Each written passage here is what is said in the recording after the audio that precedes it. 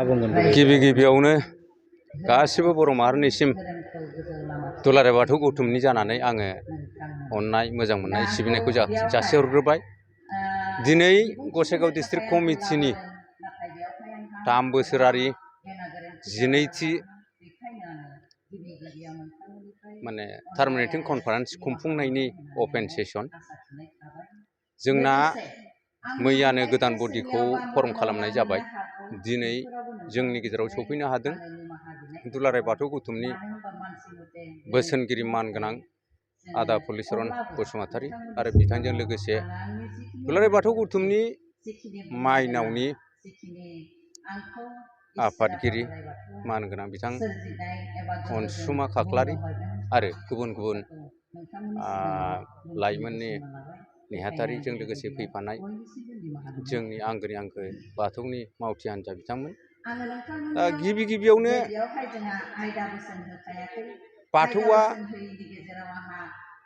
जे बर'नि मोनसे सिनायथि, जेराव बर'आ थायो बाव जे बाथौआ थायो, बे बाथ्राखौ जोङो जावले जावले बुंनो आङो दरखार मने खालामाखै।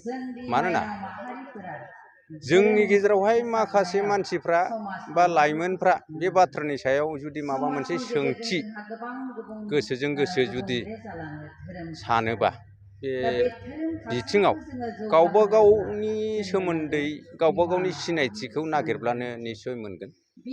मानोना जे गुदि, बे गुदिया जोनोमनि खालार थाया, माब्लानिफ्राय बे सोलिबोदों बेखौ रावबो बुंनो हाया। बे जाहैबाय मिथिंगायारि आरो बे जाहैबाय नुवाथारि आनान गसाइनि गोहोनिसो मोनसे फोरमान। जोंनि गेजेरावहाय दा ग्लबेलाइजेसननि थाखाय बा गुबुन गुबुन धोरोमनि माखासे जोंफब माफब साथिनायाव सोरबा सोरबा जोंनि लाइमोना आनद्रायद जादोंबाबो जोंहा बिसोरनि सायाव गुरै खावलायनाया बेनो जे जोङो गावखौनो सिनायनो नाजानांगौ। गावनि राव हारिमु धोरोमफोरखौ गासिबो सिनायजोबनो थाङोबानो थाङै थाङै बाथौआनो बेनो मोनसे ओरैबायदि इनसाइक्ल'पेडिया बर'नि, जेरावहाय गासिबो बर'नि सोमोन्दै मोनजोबगोन। बाथौ धोरोमाव मोनै होननाय बेसादखौ आं दिनैसिम नैबे बैसोआव मोनाखै। दा बेखौ जोङो खुगानि बाथ्राजों जों बेखौ प्रकास खालामनो हाया। बेनि सायाव जोंहा सिन्थन खालामनांगौ, मन्थन खालामनांगौ आरो जोङो गोसो गोथारै अनलायनायजों सहायलायनायजों जोंनि हाबाफारिफोरखौ मावलाङोबा निस्सय जों बर' माहारिया जे मुलुगाव देरसिन माहारिफोरनि गेजेराव मोनसे माहारि, बेखौ जोङो समाव फोरमान खालामनो हागोन। मानोना जों दिनैसिमबो बर' माहारिया बबेनिफ्राय फैदों बेखौनो बांसिना सिनायजोबा, बांसिना मोनदांजोबा आरो बेखौ जेब्लासिम जोङो गावखौनो गाव संदाननो हागोन अब्ला जोंनि गासिबो थानाय जानाय जायफोर जों माने खान्थिफोरखौ जों सोलिनानै बै समनिफ्रायनो जोङो सानहरनो हायै समनिफ्रायनो जोंनि जे लाइफ स्टाइल आरोखि, बे लाइफ स्टाइलाव जे माखासे साइन्टिफिक एटिटिउड्सफोर दङ आरोखि, ट्रेड्सफोर दङ, बे खोथाखौ मोनदांगोन आरो रावबो बाथौ धोरोमखौ जोङो माने बजबाबालानो थानो हानाय नङा।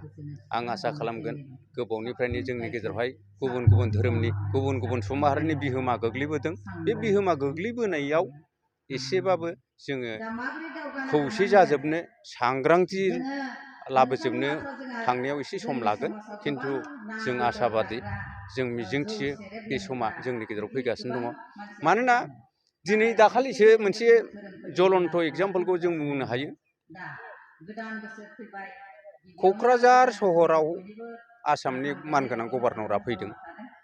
बाथौ कालचारेल कमप्लेक्सआवहाय बिथाङा सिबिफैदों।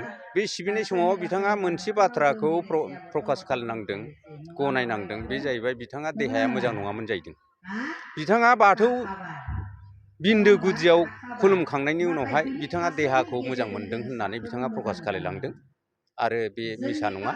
आरो जों गुबुन गुबुन जायगानि मानसिफ्रा, गुबुन गुबुन धोरोमनि मानसिफ्रा बाथौआव गावखौ हगारसारनांनाय, बाथौनि सायाव फोथायनाय जेखिनि बिदिन्थि, बे बिदिन्थियानो जोंनि थाखाय आं सानो जथेस्थ'।